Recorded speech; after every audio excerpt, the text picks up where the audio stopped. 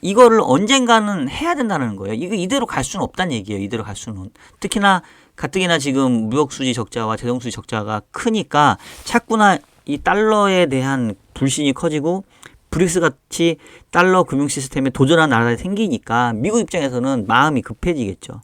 그러니까 지금 트럼프를 위시한 미국의 우선주의자들은 야 이거 해결해야 된다.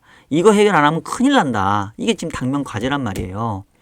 자 그러면 뭐 제2의 플라자 합의라고 하는 거창하지만 그렇게까지는 꼭 아니더라도 미국에게 무역수지 흑자를 가져다 주는 나라들이 주로 누구냐? 보니까 아까 얘기했잖아요. 뭐 중국, 뭐 독일 어쩌고저쩌고 하는데 한국이 8위권이라고 했는데 특히나 또 제수업계, 공교롭게 지금 한국의 경우에 미국에 대한 대미 무역수지 흑자가 2020년도엔 166억 달러였는데 작년에 556달러로 4년, 5년 만에 3배가 늘어나 버렸네?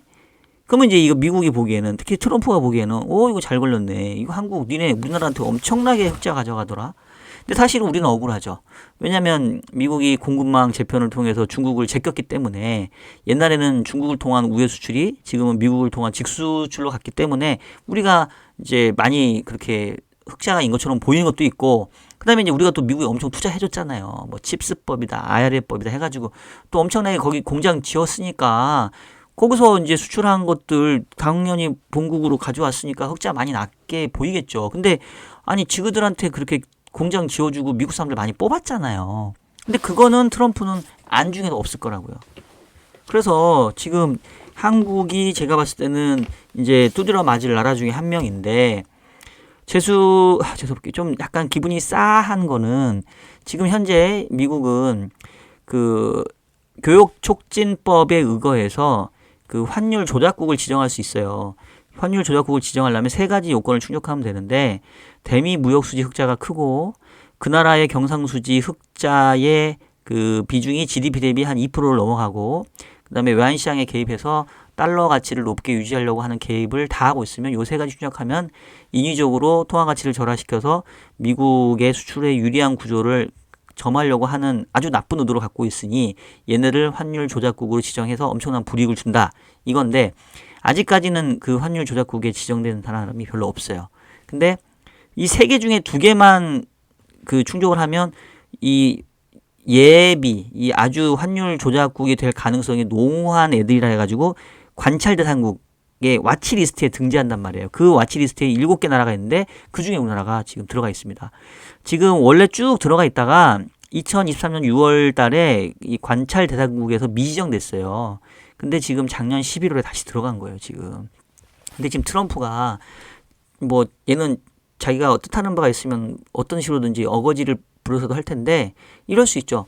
야, 지금 뭐 교육 촉진법상 3개 다 충족해야 환율 조작국인데 3개 아니라 2개 이상만 충족한 애들도 준 환율 조작국으로 취급해서 그냥 확 어떻게 해버려 이럴 수 있잖아요. 그러면 제가 봤을 때는 한국이 뭐 거기서 빠져나가 한국뿐 아니라 다른 나라들도 대부분 여기 중국, 일본, 한국, 싱가포르, 대만, 베트남, 독일 얘네들이 다 지금 무역수지 흑자국들인 거예요. 그러니까 얘네들이 이제 주요 타겟이 될 수 있죠. 자, 그러면 결국은 이 미국이 원하는 건 뭐냐? 이렇게 미국으로부터 대규모의 무역수지 흑자를 가져간 나라들은 니네는 너무 수출에만 의존하고 우리 특히나 미국으로부터 많은 흑자를 가져가서 니네 경제 성장하는 것 같은데 이제는 더 이상 무역수지 흑자로 니네 경제 성장하지 말고 니네가 팔아먹었으면 그만큼 니네가 사가고 아니면 니네가 덜 판든지 해서 수출이 성장해서 차지하는 비중을 줄이고 결국은 니네 내수를 부양해서 내수로 먹고 살아라. 이런 어떤 무언의 압박을 할 가능성이 크다라는 거죠.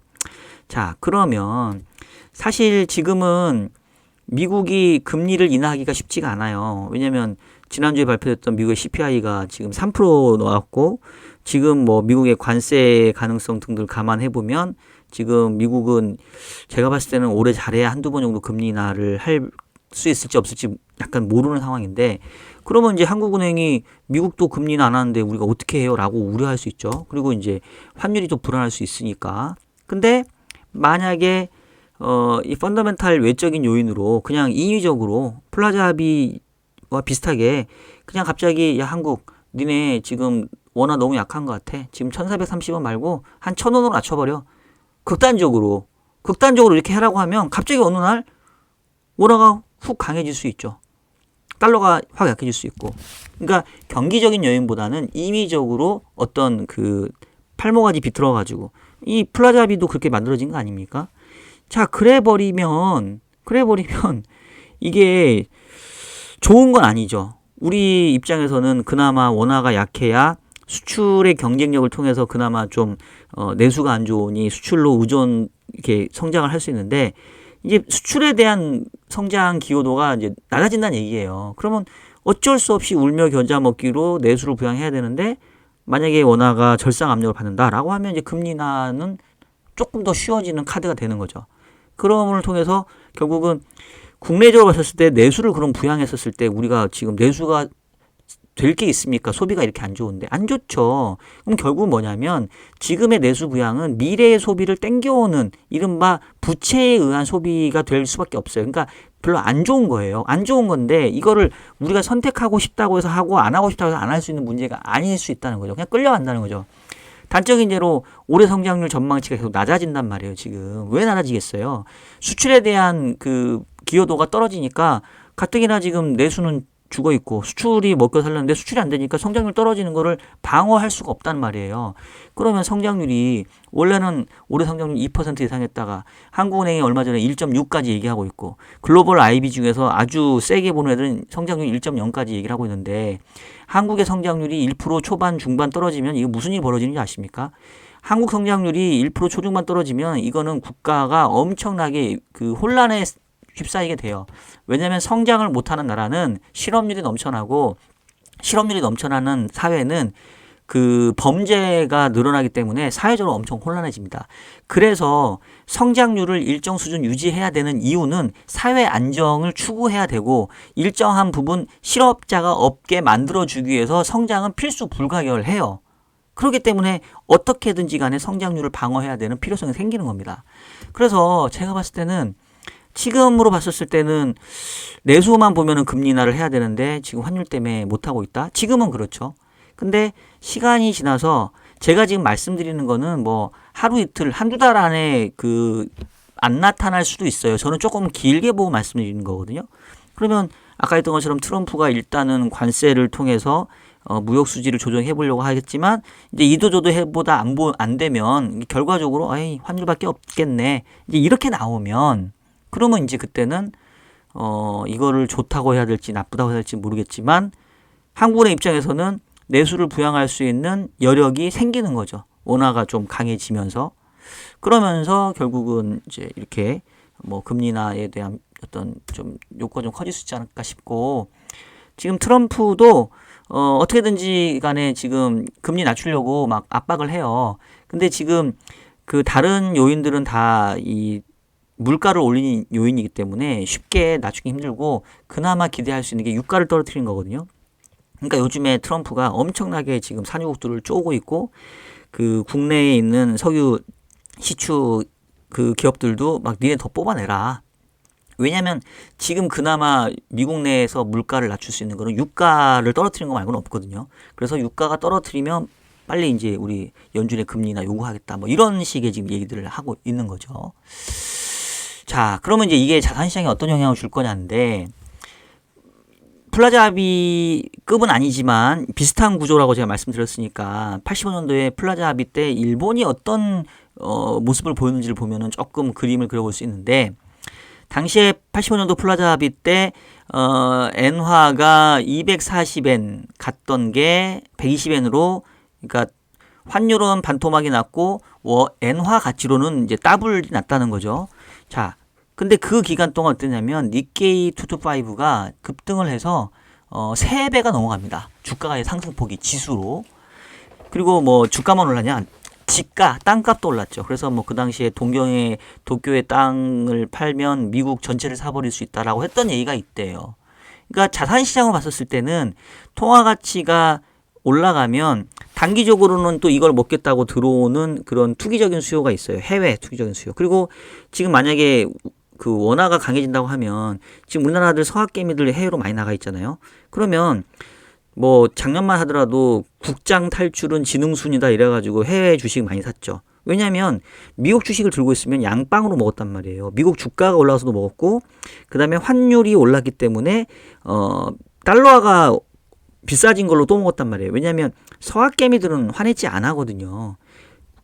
국내에 있는 기관 투자자들은 환해지를 하지만, 그 다음에 연기금도 국민연금 환해지 안 하고 있잖아요, 지금. 근데 만약에 갑자기 이제 달러 가치가 떨어지고 원화 가치가 비싸진다. 아까 얘기했던 것처럼 이거는 경제적인 얘기를 하는 게 아닙니다. 비경제적인 요인으로. 그럼 갑자기 해외 자산으로부터 환차손 발생할 수 있죠. 그러면 얘네는 그냥 한국이 좋아 보여서가 아니라 그냥 환차손 나기 싫으니까 이 정도면 먹고 나오지. 근데 국내 주식은 좀 싸 보이네. 이러면서 얼마든지 스위칭 할 수 있다는 얘기예요.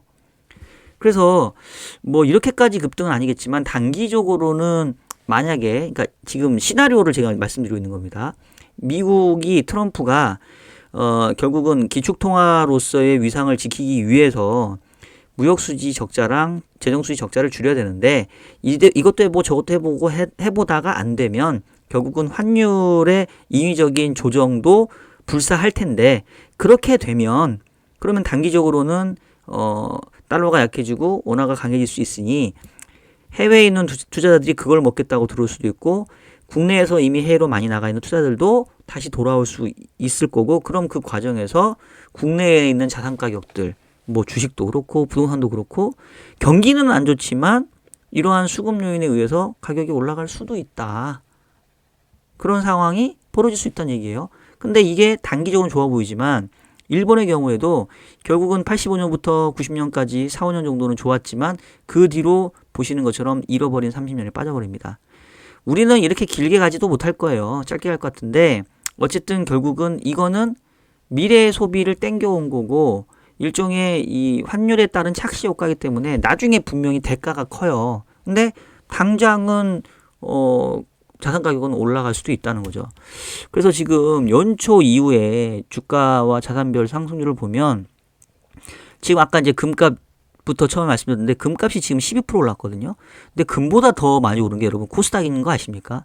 코스닥이 올해 13%예요. 코스피도 10%고 이미 지금 그런 움직임 나타나고 있죠. 그리고 원달러 환율도 연초에 1380원이 지금 1480원이 1430원까지 떨어졌죠.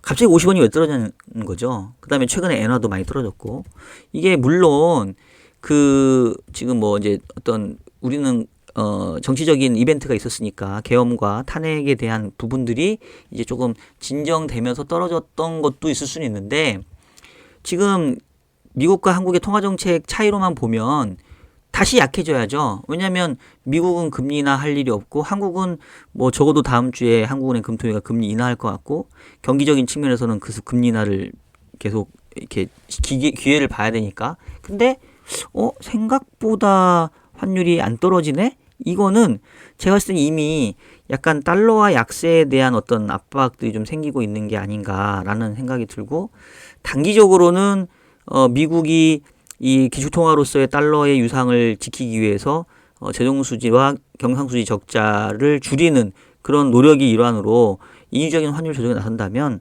단기적으로는 오히려 자산 가격에 도움이 될 수 있겠다. 근데 길게 보면 오히려 이거는 뭐 흔히 말하는 독이 든 성배와 같은 게 될 수도 있다. 그러니까 요거는 이렇게 갈지 말지는 이제 우리가 좀 지켜봐야 되는데, 제가 요즘 고민하고 있는 뭐 여러 가지 시나리오들 중에 하나라고 볼 수 있겠고, 특히나 이제 금 가격이 상승하는 게 뭐 사람들은 미국 재무부가 금 가격을 재평가해가지고 뭐 그 당시에 그 금이 지금 50년 동안 42달러인가로 지금 평가받고 있는데 지금 3,000달러 정도 되니까 한 80배 정도 높아진다며요. 그러면 8천억 달러 정도가 갑자기 꽁돈이 생기니 이걸로 뭐 미국이 빚을 더 지려고 하는 거 아니냐 뭐 이러는데, 저는 그거가 별로 저는 이렇게 동의되지는 않고, 결국은 금값을 미국 정부가 올리고 있는 게 아니다.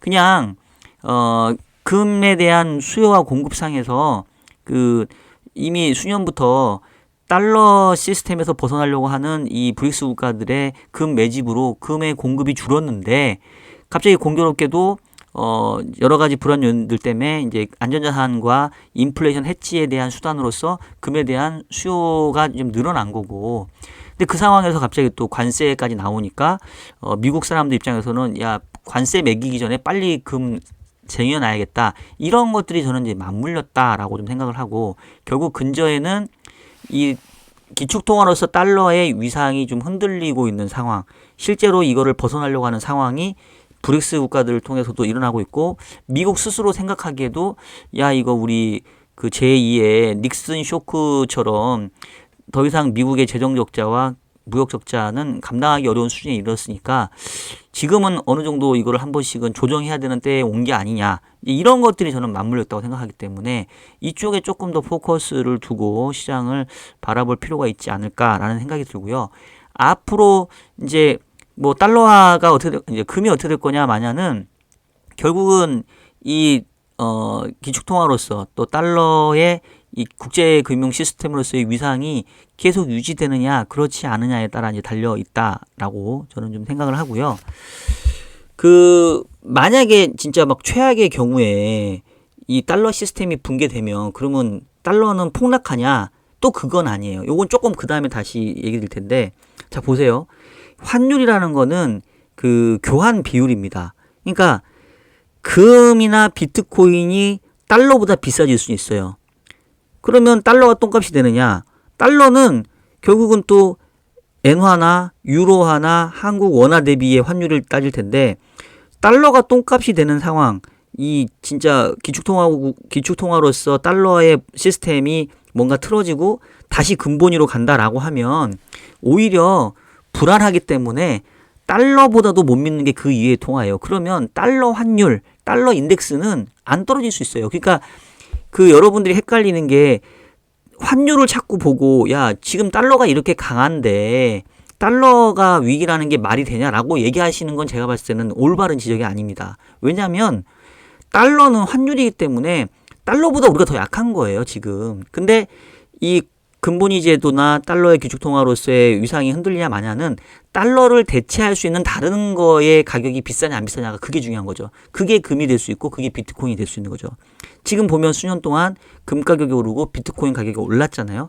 결국은 달러에 대한, 물론 달러를 완전 대체할 수는 없죠. 그렇지만 예전에는 달러가 100% 결제의 수단이었다면 지금은 달러 말고도 다른 걸로 결제하려고 하는 그런 어떤 움직임, 이런 게 나타나고 있기 때문에 나타나는 거고, 그럼 결국은 그거는 필수 불가결하게 미국 스스로도 야 우리가 계속 이 달러와의 위상을 유지하려면 아까 얘기했던 것처럼 이 경상수지의 조정을 한 따까리 해줘야겠다. 이제 그런 어떤 압박에 지금 몰려서 그 타이밍이 지금 임박했다는 거죠. 그래서 이게 85년도에 있었던 플라자 합의급 정도까지는 아니겠지만 이제 이런 어떤 여러 가지 가능성도 있기 때문에 이제 그런 관점에서 금 가격의 최근 상승도 좀 의미를 좀 두시고, 그 다음에 다음번에 나타날 어떤 트럼프와 미국 정부의 움직임들이 진짜 제가 얘기했던 것처럼 어떤 환율을 인위적으로 조정하는 형태로 나타날지, 이런 부분들을 한번 여러분 흥미있게 보시면 또 향후의 자산시장의 움직임을 조금 더 잘 이해하시는 데 도움이 되지 않을까 싶습니다. 자, 여러분 지금까지 이슈 분석 보내드렸고요.